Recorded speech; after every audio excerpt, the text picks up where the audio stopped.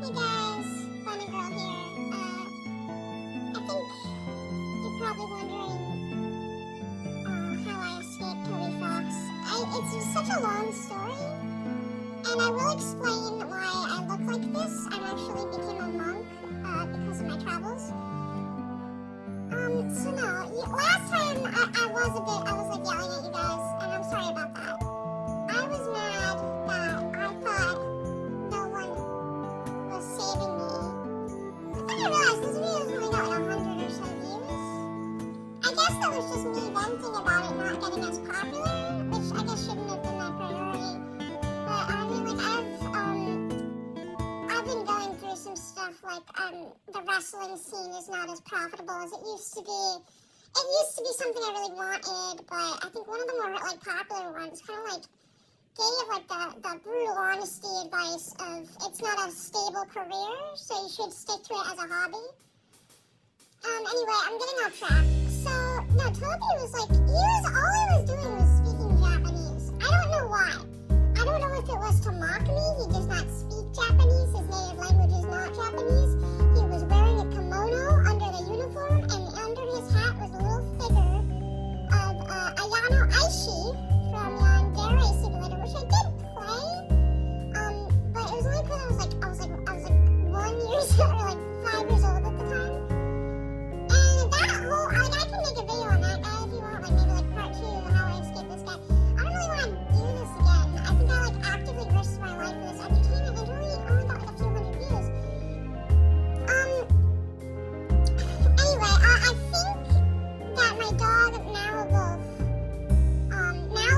got the camera for one video, and that one, I got comments, like I guess I looked after it, and I got, there's like comments like, oh my god, insane FYP pool, or like, wow, I don't know what this is, or what does this mean, or I'm on the weird side of YouTube. You're on the real side of YouTube. This is what you get if you just, like, don't watch the popular videos, because they're all the same now. This is kind of what real creativity looks like, okay? So give yourselves a pat on the back for finding this. Anyway, I guess I should probably get into the part where she saved me. I don't know how she saved me. I guess at the time. Now I know. And I'll get to that later. I know I keep saying that. Put a pin in it. She was just there. She had the key somehow. It was, she was holding it in her paw. She's a very smart dog. She can hold stuff in her paws. I guess I didn't question that either. She said, hey, what a girl. Me, my wolf, I'm saving you. And I'm like, oh, thank you so much, you're a good dog. She unlocked the thing.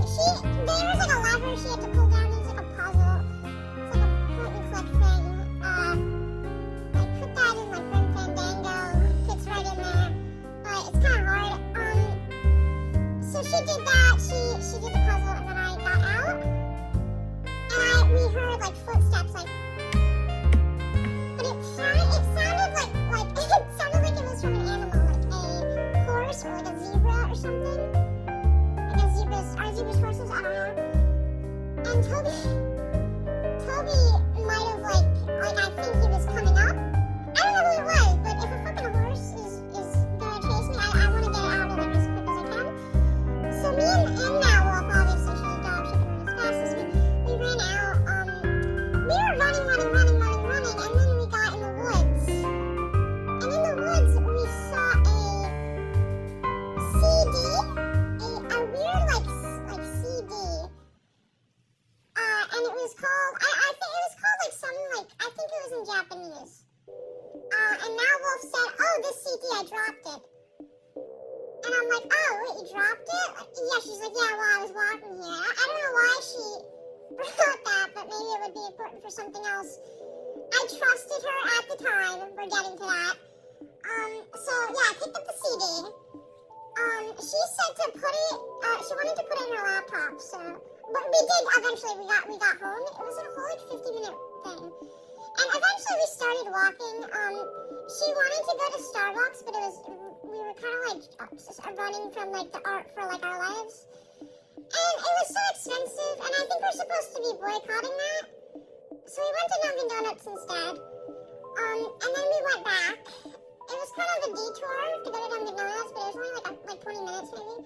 So we went back, and I think by then it was like evening-ish. The sun was an orange hue.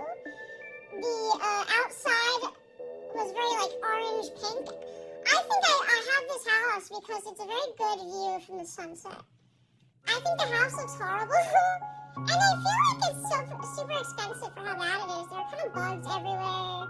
Well, not bugs everywhere, but in the summer, it's one of those places that has a lot of bugs in it. And it's very far away from the rest of the world, which I guess is good if Toby Fox is chasing you. Anyway, so that was cool, I guess. I just looked at the sun for a bit. Now Wolf urged me to go in. I'm like, yeah, you're right, I'm sorry. It was just kind of beautiful. I don't know why. I think it was because I was in a cage for so long, just looking at the sun for the first time. I feel like you take stuff like that for granted when you're alive. I don't know if life is good, but it's beautiful. I think it's beautiful. Even if it's beautiful only because we do that and appreciate it to cope with our own meaninglessness in life. That's another video idea. Okay, tell me which video idea you want in the comments if you've even gotten this far.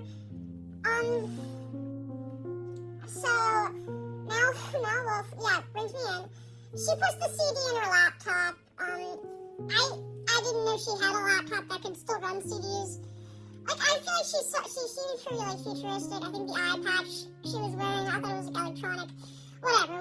I mean, she lives with me. We watched, like, she came next to me. I was on the couch watching TV. She came next to me and was like, oh, the CD's loading. We watched, Chala, old videos by Chala. His new videos are very different. He was an art YouTuber, and he used to do bad art apps. That's what he used to do. He just drawed on them. He had a very deadpan sense of humor that kind of inspired a lot of my humor, actually. That's another video. I feel like there's a lot of video ideas coming out, because this is a really long one. Well, long in comparison to the other videos I make. So she was next to me. I feel like we spent like a solid like 5 minutes. I got to the point where I was a bit zoned out. I think it was because I was exhausted. It's in the state where you're not asleep because you need to be alert, but you just kind of like stare off into space. I don't know if anyone else gets this, but it's like a point where you stare off into space. Not like out of boredom, it's just because you're like zoned out. So after I like 5 minutes of me staring off into space, I had it just kind of like went away, like very abruptly. And that does happen sometimes, and usually something triggers it, but nothing did. And then 5 minutes after that, a knock on my door. Knock.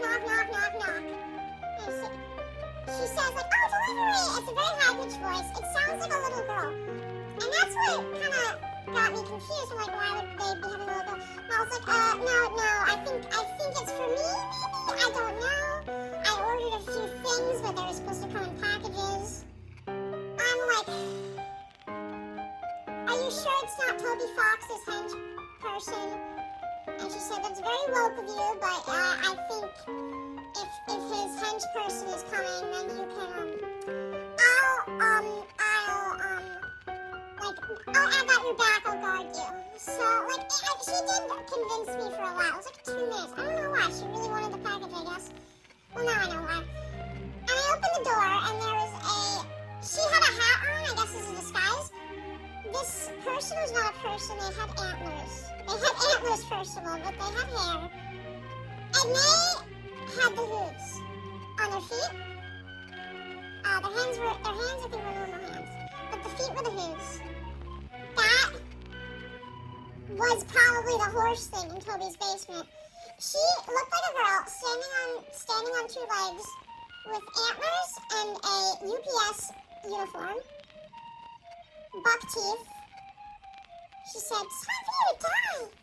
Got this weird fucking, like, she, like, summoned a snowball out of her hands. And then I got into attack mode. So if you don't know about my show, Mucha Lucha, all the luchadors have powers, and mine is I can turn into a bulldozer.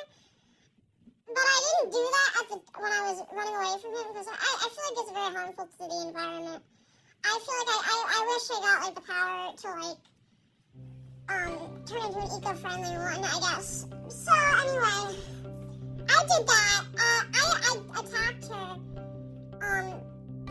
Then she froze me. Like I was frozen in place, and I was back in the regular form again. Couldn't use my powers. Like I was on the ground. I like lifted my head up, looked at Mara Wolf with like blood running down my mouth. I couldn't even say anything. I just make some sort of guttural noise, and she just looked at me, and then she frowned and she looked away, and she waved goodbye and slammed the door on me. So what the fuck? So I'm pissed off. So basically, I think she was working for Toby Fox the whole time or something. I don't know what the CD was. Maybe it was tracking my IP address. It was very annoying to have to been betrayed by my dog. And I got so mad that I experienced a new plane of existence for a split second. Which what I now know is Nirvana, not the band. The state of Buddhism where you're completely enlightened. And I think I just had an epiphany. I just like get away from it all, I guess. I guess I somehow had the energy to get up and like limp away. And Noelle didn't stop me. I think she felt bad. I think that there was someone telling her what to do or something. In my enlightened state, I kind of saw everyone's flaws, and that's how I discovered her name was Noelle. But she took an L that day by attacking me, and eventually I think I walked for like a day. I had no water. I think I passed out from dehydration, and when I woke up, I was in a temple with a bunch of tiny gold statues of a naked fat guy who I now know as Buddha. And in the center, or like the far center of it, there was three statues and like places to pray. So I got up, walked around, met a bald Korean guy named Jun Young. I now know as Jun Young Choi. He's one of the lead monks. He introduced me to it. He said everything I guess there is to know about monks. I don't know how to write it all down now. He told me about the state of Nirvana, and I told him that's what I experienced, and he was very happy for me. For some reason, he didn't seem like as surprised as I thought he'd be, but I guess I'm the narcissist because he's a monk, he knows everything. He's gotta be calm all the time. But I'm very happy to have been living in this village for like about a week and 3 days. So I'll get updated